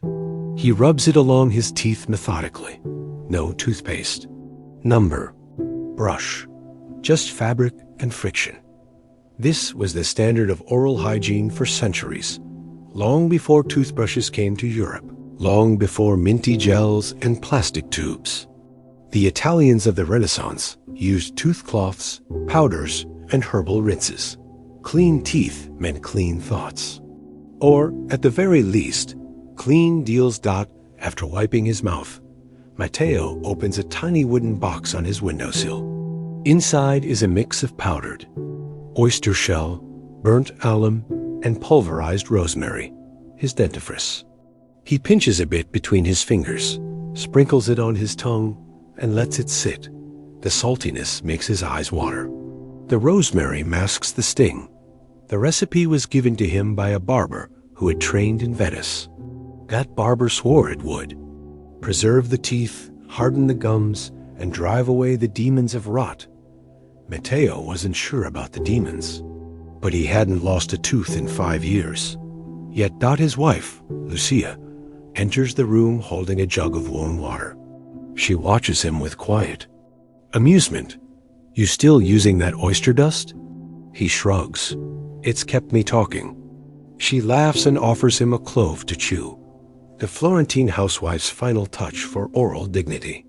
Matteo places it between his back teeth and bites down gently. His tongue burns a little. His breath now smells faintly of spice and vinegar. Is ready for the day. You step out with him onto the street, walking through stone corridors that smell of baked bread, donkey musk, and wool dye. It is a world both familiar and strange. Colorful tunics, shouting vendors, the metallic scent of coin and sweat in the air. Everywhere, mouths are moving. And behind many of them is a ritual not unlike Matteo's. A cloth, a powder, a rinse, even. The poor have their tricks. A cobbler spits into crushed myrtle leaves and rubs his teeth with the juice. A mason chews fennel seeds stolen from the apothecary's window box. A nun, walking briskly to the convent, fingers a tiny tin vial at her belt. Inside is dried mint, crushed and pressed into little beads. But for the wealthy, mouth care is both art and arms race. In the Piazza della Signoria, Matteo pauses to greet a banker. The man's breath smells of anise and orange peel. Not by accident. His barber surgeon is known to soak silk handkerchiefs in perfumed water and wrap them around the teeth like a compress. The effect is fragrant, overpowering. Even in a nearby shop, an apprentice polishes ivory toothpicks imported from Spain. These are not casual tools. They are status symbols, carved with initials, dipped in saffron, sometimes even adorned with tiny gold bands. A toothpick in one's pocket said, "I care about what goes into and out of my mouth." Just beside the cathedral, a young student is being lectured by his uncle for speaking with a dry tongue and yellow teeth. "No one trusts a man whose mouth looks like a dungeon," he says. The student nods, embarrassed, and is handed a pouch of crushed fennel root. Further down the street, a different ritual unfolds, this one a bit darker. In the apothecary's shop, tucked behind rows of dried herbs and perfumed soaps, sits a small vial marked Sinner's Dentails. Tooth ashes. The label is delicate, but the ingredients are not. Burnt bone, crushed brick, sometimes even powdered horn. These powders were used not just to clean, but to scrape, to file away stains, tartar, and time itself. Used too often, they wore teeth down to nubs. Used rarely, they left behind rot and shame. Matteo used them once, when preparing for a feast. Hosted by a silk merchant, whose daughter had 6 suitors and a reputation for cruel laughter. He'd ground his teeth raw, trying to impress. She'd married a Frenchman anyway. As you walk through the city with Matteo, your attention turns to something small. The fact that, though people here talk of art and commerce, music and war, they all pause now and then to check their breath. It is not vanity. It is currency. In this age, when plague is never far off, and health is judged by smell alone, the mouth is a signal tower. Clean breath is clean blood. Decay is death. And so, every morning, in houses like Matteo's, in shops and cloisters and barber chairs, the ritual repeats. Rinse, rub, powder, chew. Not for beauty, for survival. As the sun reaches its peak, and Matteo sits down for his midday meal, chickpeas, olives, and a small wedge of sheep's cheese. He takes one last pinch of rosemary powder from his pouch and lets it rest on his tongue. The bitter sting is familiar. He swallows and smiles, and just before speaking to the man seated beside him, he leans forward, lifts his cup, and quietly checks his breath against the rim. And you wonder, in a city where mouths are monuments, who first decided that a burned oyster shell could clean a tooth. And how many mouths bore the pain to prove it? Prove it. Would you like to continue to Section 2 of Story 4? Tools Section 2. Barber surgeons and the business of Breed. B. The following week. Matteo's molar is worse. At breakfast, he presses his tongue to it and winces. The clove has stopped working. Even the wine vinegar rinse does little now. His wife notices him chewing more slowly than usual and folds her arms. You should go to the barber surgeon. He mutters something about being too busy. She raises an eyebrow. He says nothing more. In Florence, seeing a barber surgeon is not yet a sign of crisis. It is something between a routine errand and a gamble. For Matteo, it is one step away from humiliation. Visiting one is admitting that all the powders, cloths, and oils have failed. But by midday, after biting into a piece of toasted bread and nearly crying from the pain, he changes his mind. He heads toward Via Calzaioli, the street of the shoemakers, but also home to several of the city's busiest barber surgeons. Florence in 1512 has no shortage of them. Some are little more than barbers who sharpen razors on their aprons and dabble in bloodletting. Others are well-connected craftsmen with clients in the Medici family. Matteo chooses a modest shop. Wooden sign, clean bench, no stink of old blood. Inside, a man in a stained apron is sharpening a dental file that looks more like a carpentry tool than anything you'd put in a mouth. This is Maestro Piero, known not for elegance, but for quiet efficiency. Matteo sits. The pain speaks louder than pride. The barber surgeon doesn't begin with pliers. Instead, he lifts Matteo's chin and begins to sniff. Yes, sniff.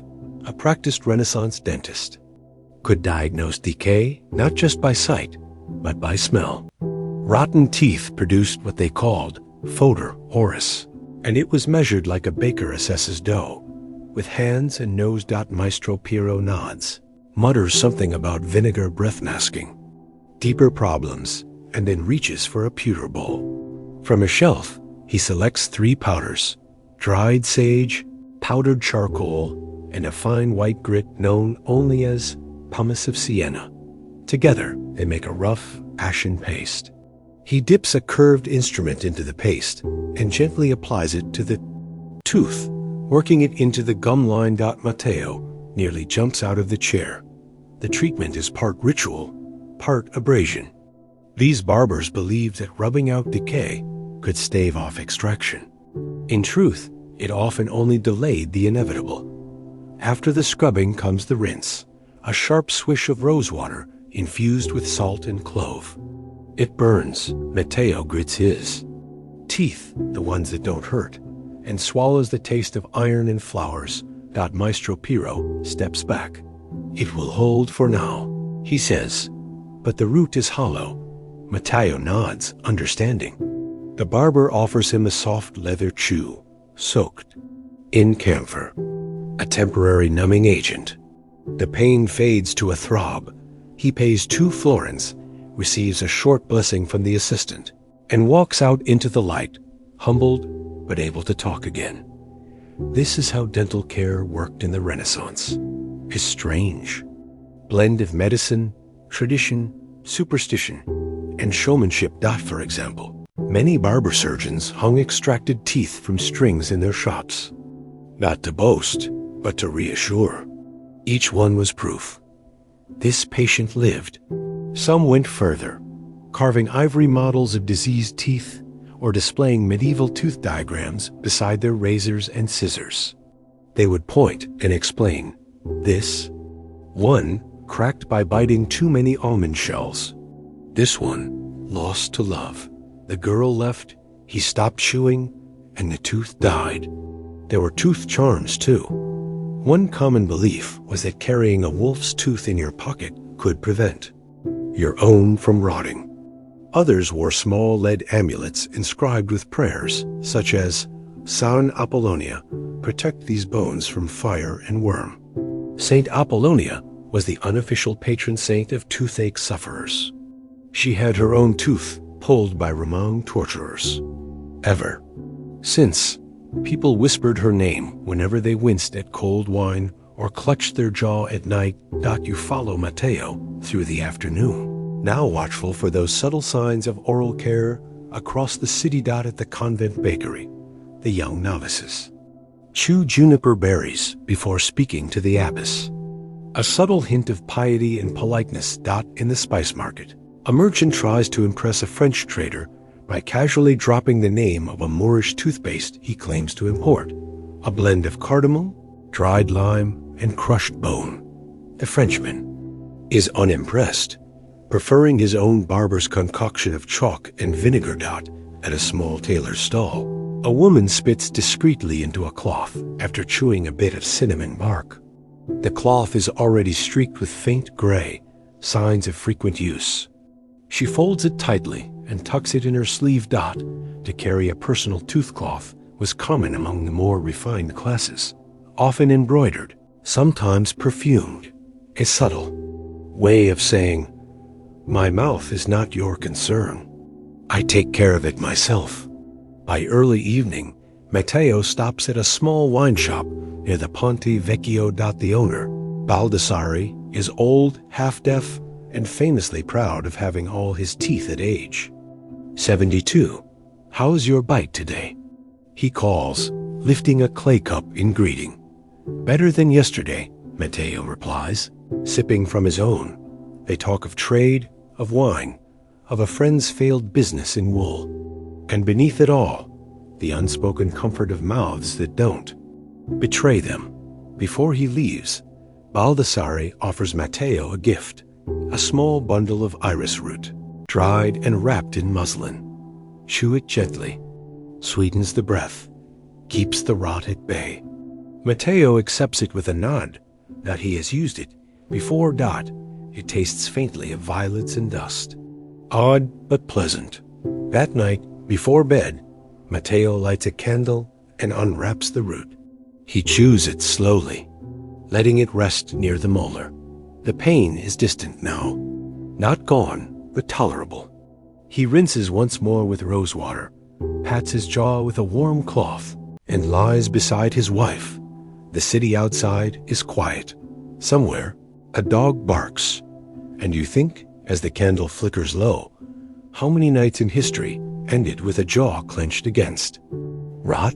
How many prayers whispered, not for wealth or glory, but for one more year with all your teeth intact? Section 3. Teeth, Trade, and the sweet smell of survival morning returns to Florence with a silver mist along the Arno and the smell of fresh bread wafting through the Piazza della Repubblica. Matteo, once again, is brushing his teeth with a linen cloth soaked in vinegar and mint water. The pain in his molar dulled to a quiet throb. It is market day, which means crowds, conversation and comparison, of prices, of gossip, of breath. Matteo pulls on his cloak and tucks 2 small pouches into his belt. One filled with fennel seeds for chewing, the other with powdered charcoal mixed with sage ash. He's learned over the years that part of being a merchant isn't what you sell. It's what you smell like while selling it. At the Mercato Vecchio, vendors call to one another with booming voices. Matteo weaves through the stalls, oil sellers, egg women, fruit vendors, and spice merchants. He stops at one stand with dried herbs hanging in neat bundles. A boy offers him crushed thyme and rosemary as tooth rub for gentlemen and priests alike. Matteo smiles and nods, though he has plenty at home. But beside him, another merchant, a man from Lucca, sneers at the mixture. You know what they use in Ferrara? Burnt bread crusts, mixed with deer antler. Matteo raises an eyebrow. Sounds expensive. The Lucchese shrugs. Cheaper than a rotten jaw. And that's the balance everyone in Renaissance Italy navigates. Not just keeping teeth clean, but keeping them present inside one's head. You see, by the 1500s, oral care had quietly become part of global trade. From Venice to Bruges, from Cairo to Cordoba. Ingredients for Renaissance tooth powders and rinses flowed along the same routes as pepper, silk, and pearls. The spices used to clean the mouth, clove, cinnamon, anise, myrrh, came from the Indian Ocean trade. Charcoal and alum were mined, locally, but always in demand. And the most prized ingredient of all, imported sparingly and sold in small cloth bundles? Dragon's blood, a deep red resin from Socotra and Yemen. Believed to strengthen the gums and ward off decay. It wasn't just myth. It had some antiseptic qualities. But more than that, it gave the illusion of effort, of status. To say, "My mouth is painted with dragon's blood," was, in a way, to say, "I am worth noticing." Matteo watches as a nobleman's son walks past with a servant in tow. The servant carries a silver case, not for coins, but for toothpicks, a luxury item now made from fine bone or ivory, sometimes even silver. Toothpicks had become as fashionable as hats. They were carved, decorated, even perfumed. Some had their owner's initials etched into the handle. In the courts of Milan and Ferrara, to use one in public, carefully, not crudely, was a mark of gentility. In Florence, it was slightly more modest, but still significant. You'd often see merchants pick their teeth after meals with cypress wood slivers, sold in bundles at the apothecary or shaved fresh at home. Matteo keeps several at his stall, tucked in a side pocket beside the wax seals and measuring cords. As the market bustles, Matteo speaks with a silk merchant from Pisa and a young widow selling beeswax candles. They talk of trade, of prices, of the strange shipment of ginger that arrived damp from Genoa. But Matteo also notices something else. Each conversation begins with a polite breath-check pause, a momentary hesitation before leaning close. He returns home after sunset with sore legs, a lighter purse, and 2 new herbs to try in his evening rinse: dried marjoram and powdered myrtle. That evening, he prepares his final ritual of the day. He crushes the herbs gently in a mortar, sprinkles in a bit of salt, and pours warm water over the mixture. He lets it steep while the last light of the day fades from the window. In Florence, oral care is not private. There is no closed bathroom door, no mirror-lit sink. It is done at the hearth, near the cooking pot, often in full view of one's family. Children learn early by watching their parents. Husbands rinse beside wives. Servants might prepare the mixture for the household, but use it themselves as well. Matteo dabs a clean cloth in the water, then rubs the mixture gently along his gums. The pain in his tooth returns faintly, like a familiar knock on a distant door. He doesn't mind. He's done all he can. Later, as he and Lucia settle in for sleep, they talk briefly of the day, of the market, the trade rumors, the silly claims about deer antler powders. She laughs and reminds him that when she was a girl, her grandmother used to chew olive bark before church. It made her breath smell like soap and firewood, Lucia says, but she never lost a tooth.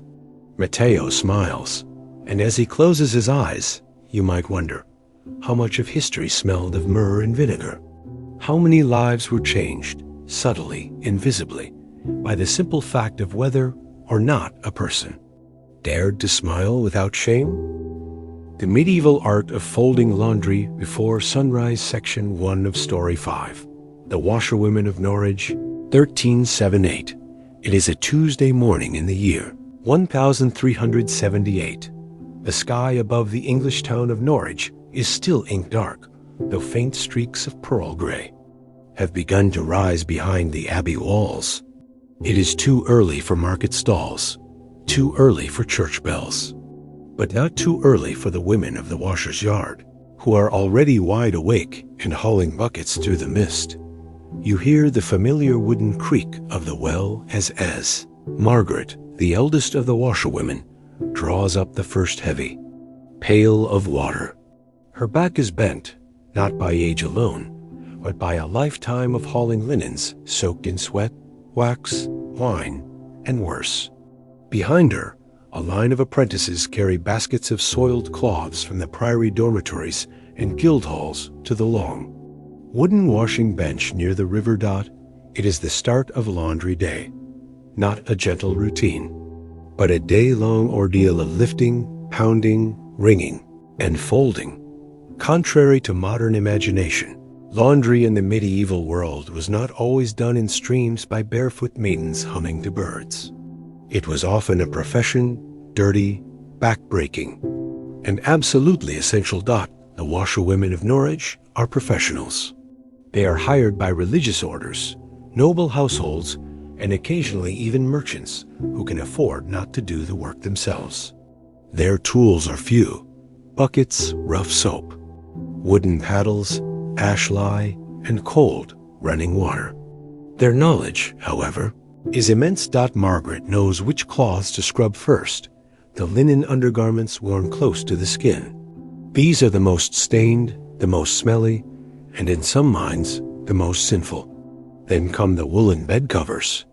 Then the robes and tabards of monks and stewards. Wool must be handled gently, lest it shrink and tighten into an unwearable mass. Linen must be beaten and hard to shake loose the grime of daily labor. And so, the women work by torchlight, using wooden paddles to slap the cloth against smooth stones by the riverside. Thwack, thwack. The sound echoes across the water like a slow, rhythmic chant. Laundry in 14th century Norwich is not a quiet job, nor a clean one. The river is lined with buckets of lye, made from water strained through ash and sometimes strengthened with stale urine collected in chamber. Pots. It is strong enough to sting the skin, but necessary for removing oil, wax, and body grease. You would wrinkle your nose at the smell, but these women don't. They're used to it. Besides, clean clothes are not judged by scent, but by whiteness. Whiter the cloth, the more godly the household. Monks take this seriously. So do the stewards of wealthy homes, who inspect sheets for even the faintest shadow of stain. Margaret's hands are red by sunrise, by mid-morning. The drying lines are strung across wooden poles, and the cloth is hung with wooden pegs carved by the blacksmith's boy last winter. Birds nest nearby, but keep their distance, frightened, perhaps, by the constant motion of arms raising and pinning and folding. There is an art to folding medieval cloth. No buttons, no elastic, no printed tags. Only yards of heavy linen, each piece carefully flattened and folded into tight rectangles or neat rolls. Depending on the intended shelf or chest, tightly folded linen stays cleaner longer. Air cannot carry soot into sealed corners, nor can fleas, or worse, nest in it so easily. Each fold is deliberate. Each layer is an act of survival. After the folding comes the marking. Many households in Norwich hire multiple washerwomen to keep garments from being mixed up. Each client has their own laundry mark, a symbol stitched into the hem or neckband of every garment. A square with a dot in the center means the monks of St. Giles. A double cross marks the garments of the alderman's household. A wavy line stitched in red thread, that's the brewer's daughter. Laundry marks are read like names. Every washerwoman knows them.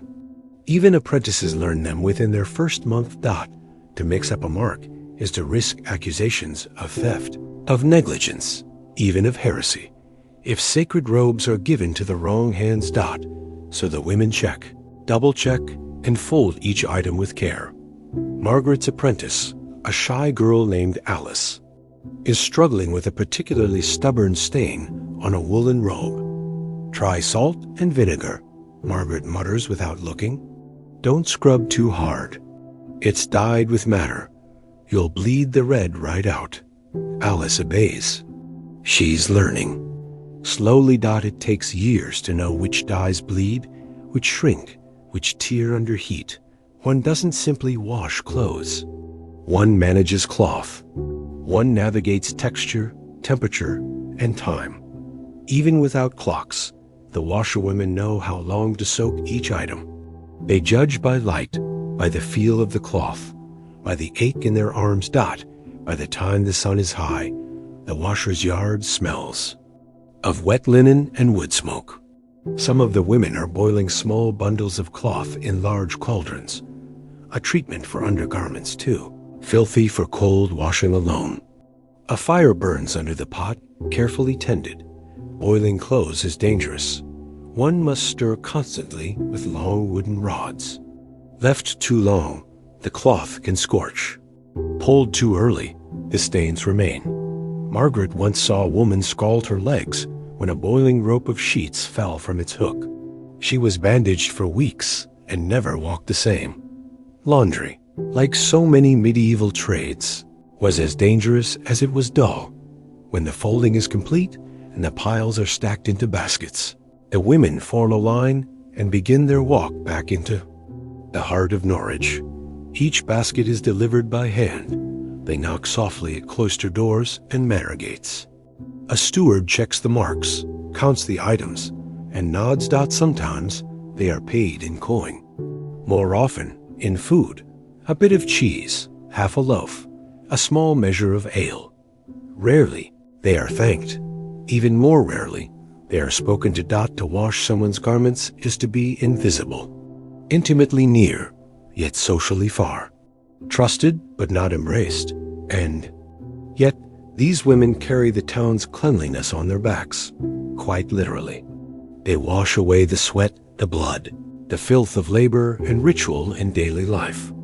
They fold order into chaos. Out they bring dignity to underthings.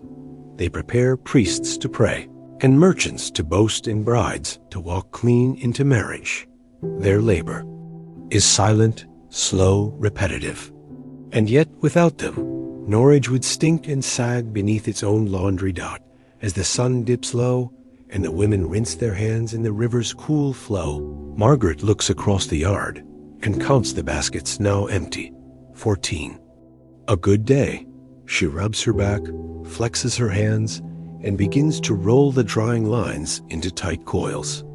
Alice follows behind, gathering the pegs. Tomorrow is another wash day, but tonight there will be supper, bread, onion stew, and a warm fire, if they're lucky. And you wonder, in a world where dirt was constant and soap was scarce, how many unsung laundresses built civilization, one folded sheet at a time? Section 2. Soap makers, suds, and the secret power of ashes. The next laundry day comes with rain. Not a heavy downpour, but the persistent kind, fine, misty, and endless. It glazes the cobblestones of Norwich and slicks the wooden beams of the washerwoman's yard.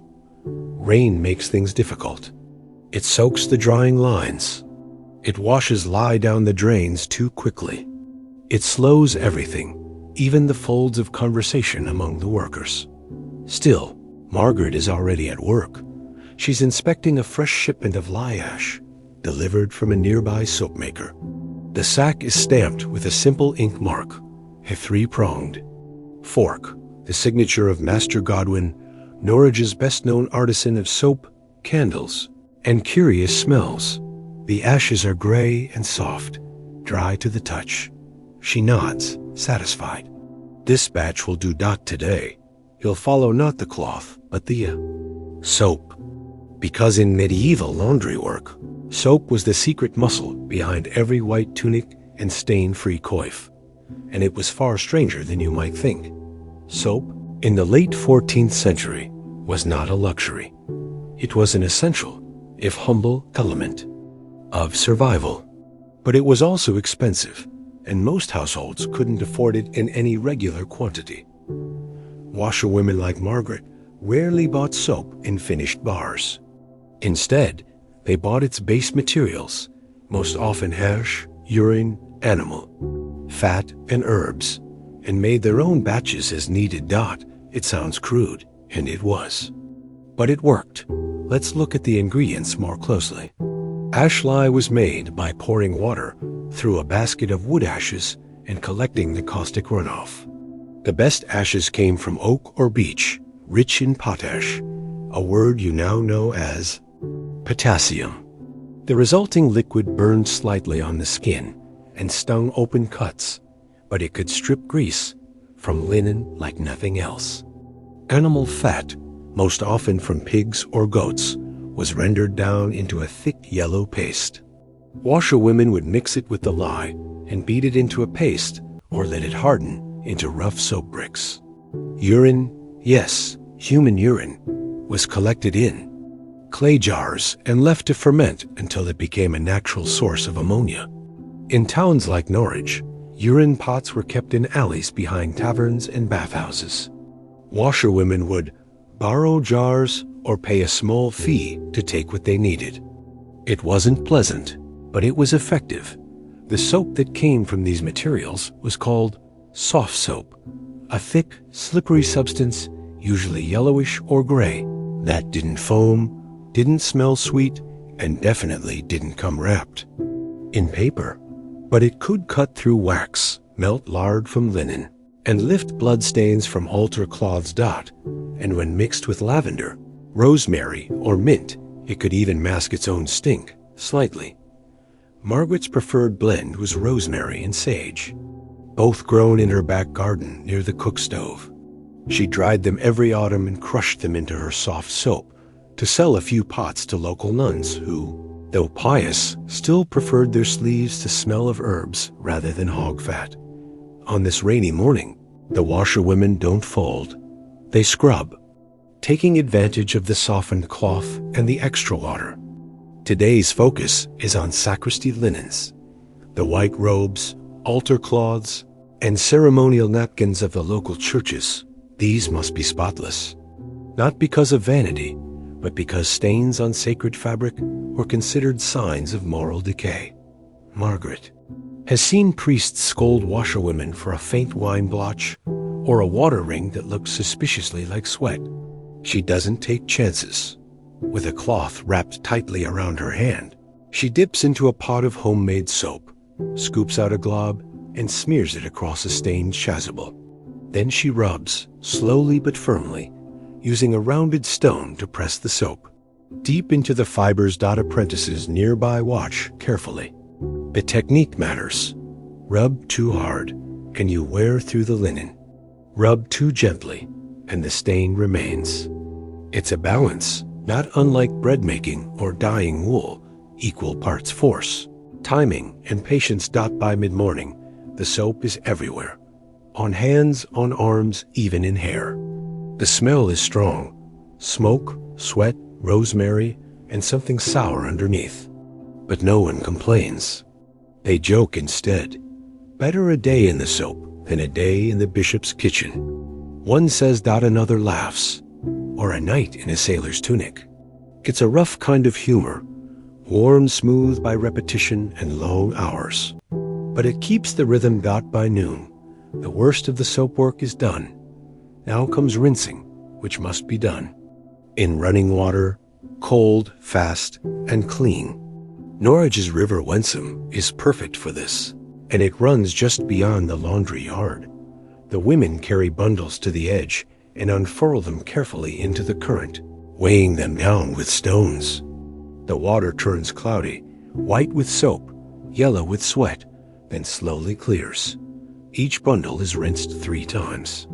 Always 3. One for the dirt, one for the soap, one for the blessing.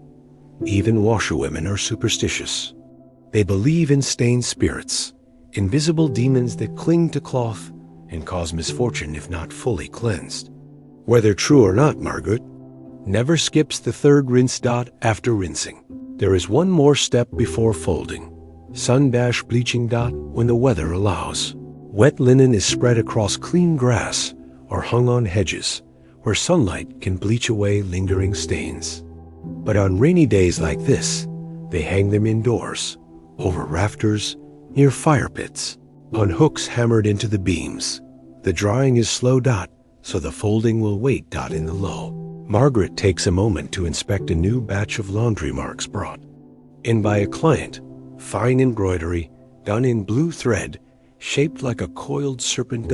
It's unusual. Most marks are plain, crosses, squares, stars. But this one is elaborate. She frowns slightly. Rich fool, she mutters. Thinks his shirts need guarding like treasure. Still, she logs the mark in her memory. Washerwomen keep mental catalogs of these symbols. Dozens, sometimes hundreds. They can match a towel to a family by stitchwork alone. Memory is part of the job. As afternoon turns to dusk. The soap pots are scraped clean, and the stones are rinsed. The ashes have been reduced to muddy grit. The firewood is low, but the linens are nearly spotless. Margaret counts the day's work. 16 tabards, 8 sheets, 5 altar cloths, 23 undergarments, 2 wool cloaks, and 1 suspiciously stained pillowcase. From the apothecary's apprenticeship is a full day. She sits near the fire and rubs soap from her hands with a cloth already too far gone to save. Alice sits beside her, exhausted, her fingernails black with ash. You'll get better, Margaret says. One day you'll mix the lye without burning your feet. Alice smiles. They both laugh quietly. Outside, the rain continues. Inside, the cloth hangs still and drying, fresh, fragrant, and white enough to pass inspection in the most sacred of places. And so you wonder, in a world of ink and sweat, of sermons and soot, how many stories were folded silently into a drying line? One soap-slicked corner at a time? Section 3. Linen, reputation, and the quiet power of clean clothes. The skies over Norwich clear by morning. A watery sun casts pale light across the damp cobbles, and smoke begins to curl from hearths and bake ovens. The washerwomen are all ready, stirring not to scrub today, but to deliver. Clean laundry does not walk itself back to its owners, nor does it speak for itself. It must be presented, folded, marked, and arranged in a way that proves its value. A poorly folded robe might be mistaken for dirty. A wrinkled altar cloth could be interpreted as irreverence. Even a delay in delivery might be seen as negligence or moral laxity. And so, Margaret and Alice begin the most delicate phase of their work, preparing clean linen for inspection. They start with the altar linens. These are folded into thirds lengthwise, then into tight rectangles, edges aligned perfectly. Margaret sprinkles them with lavender water, not for scent alone, but because the monks at St. Giles insist that sacred linens must smell of the heavens, not the hearth. Next come the undergarments, long linen shifts and breeches, simpler but just as carefully handled. These are folded into neat rolls and tied with coarse string to keep them from unfurling on the pool. Journey. At the bottom of the stack. Personal. Towels, headscarves, and bed sheets, some still warm from the drying rafters. Each item is double-checked for laundry marks. Alice, now more confident, reads them out. Single red stitch with a tail belongs to the cook at the guild hall. Blue X inside a square, the steward's daughter. 3 dots in a row? That's the tanner's wife. Margaret nods. The marks must match. No substitutions. No assumptions. Mistakes are not tolerated. Once the bundles are tied, Margaret lifts the largest onto her shoulder. Alice takes the smaller ones. Their feet press into the soft morning mud as they walk toward the northern quarter where their first clients live. The streets are quiet. Most of the town is just waking. There. First stop is the home of a minor noble, Sir Thomas de Warham, who employs them irregularly but pays in coin. The maid answers the door. She inspects the folded sheets with narrowed eyes, then softens when she finds them still faintly warm. Lady Warham will be pleased. Margaret says nothing. She bows slightly and steps back. Laundry delivery is about discretion. The fewer words, the better. No one wants to be reminded that their fine garments have been boiled in a cauldron beside someone else's drawers. They move on. To the priory. To the baker's wife. To the cloth merchant who insists on counting every item aloud before giving his nod of approval. And finally, To Mother Elsbeth, an older woman who lives alone and orders only a few pieces of linen each month. A widow, formerly a healer, she receives them with gratitude. These smell like May, she says quietly, holding the clean pillowcase to her face. She presses a few coins into Alice's hand, along with a folded scrap of dried mint for there. Rinse water, better than rosemary, she says, and doesn't sting the tongue. Back at the washer's yard, the women return with empty baskets and tired feet. But the folding is not over. Today, they must prepare a linen inventory for a wedding, a common duty in late spring. A wealthy merchant's daughter is to be married, and her family wants every garment, napkin, and curtain inspected and folded to perfection for presentation at her new home. This is more than laundry. This is reputation. Margaret unfolds each piece slowly, lays it out on the wooden bench, smooths it with the flat of her hand, and then folds it with the precision of a scribe. One edge over, smooth, second edge, tight corner, fold again, press, stack. Alice mimics her motions beside her. They move like clockwork, speaking little, hands working in silence. Folding linen in medieval Europe was not just practical. It was a form of social communication. How tightly you folded cloth said something about your household's order. How evenly you stacked it signaled how seriously you took the business of living. It was a language of crease and corner, of edge and layer. Even a simple towel, folded carelessly, could speak of laziness or poor training. Margaret had once seen a maid dismissed because she brought a wrinkled kerchief to her mistress. If she folds like that, the lady had said, how must she think? For washerwomen, perfect folds meant continued employment, but there was something more, a quiet pride. When Margaret stepped back and saw the clean stacks lined up, each one an echo of care and precision, she felt a kind of satisfaction she couldn't easily explain. It wasn't grandeur, it wasn't praise, but it was enough. Sometimes, at night, she dreamed not of coins or fires or prayers, but of endless lines of linen, soft and dry, fluttering on the hedge in the late summer breeze. Evening comes again. The folding is done. The baskets are stacked in the corner. The soap pots are dry. The drying lines are looped and hung on nails. The work is over until next week. Margaret pulls a stool near the fire and runs her hands over her knees, aching from hours of standing. Alice dozes near the hearth, one hand still clutching a rolled tunic. Outside, Norwich settles into sleep. Inside, the laundry yard is quiet, and you think, in a time before machines, before hot water taps, before detergents and dryers, how many women shaped history by folding cloth with steady hands and silent dignity? How many prayers were whispered not by priests, but by laundresses rubbing a stain by candlelight, hoping the mark would fade before sunrise? The Boring History for Sleep. How Korean court ladies spent 12 hours folding one robe, 2 hours. Section 1 of Story 6, Morning in the Joseon Laundry Court. 1,500 to 2,000 words. The sun has not yet risen over the mountains surrounding Hanyang, the capital of the Joseon dynasty, known today as Seoul.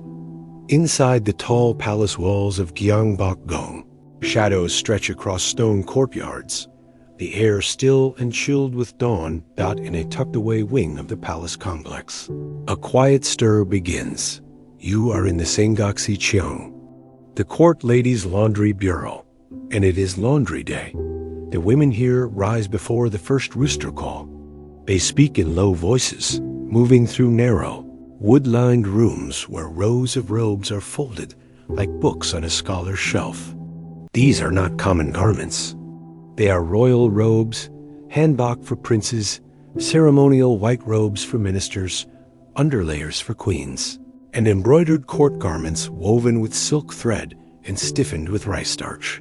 And they are to be washed, folded, and presented to the royal family by nightfall.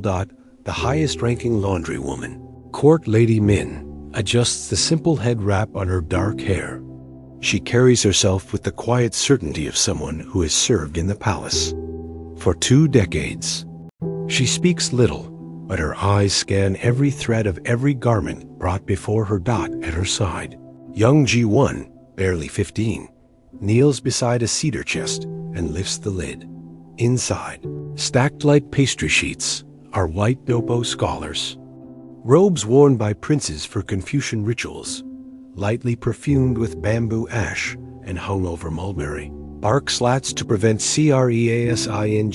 Ji-won's task today. Washing and folding one of these robes with exact precision. It will take the entire day. Laundry in the Joseon royal court was not a chaotic affair. It was an art form, a philosophy, and a test of loyalty. The women who performed it were not servants in the Western sense, but highly trained Gungmyo palace women, bound by Confucian codes and rituals, many of which governed cleanliness and presentation. Cleanliness in Joseon was not merely hygienic, it was moral.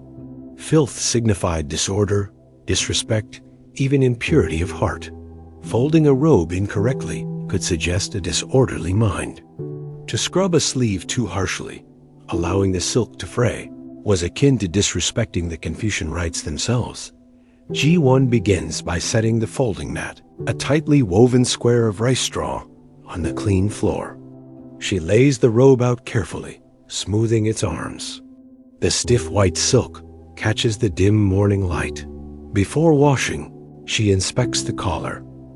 Every robe in the royal household bears marks: food oil from ceremonial dishes, soot from incense, a faint tint from powdered face makeup worn during seasonal rituals. The collar holds the most stubborn trace, a yellow crescent where sweat has dried beneath the starch. She nods. It is time to begin the pre-wash inspection.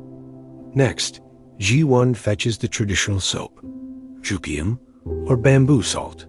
It is made by packing sea salt into bamboo stalks and roasting it multiple times in pine fires.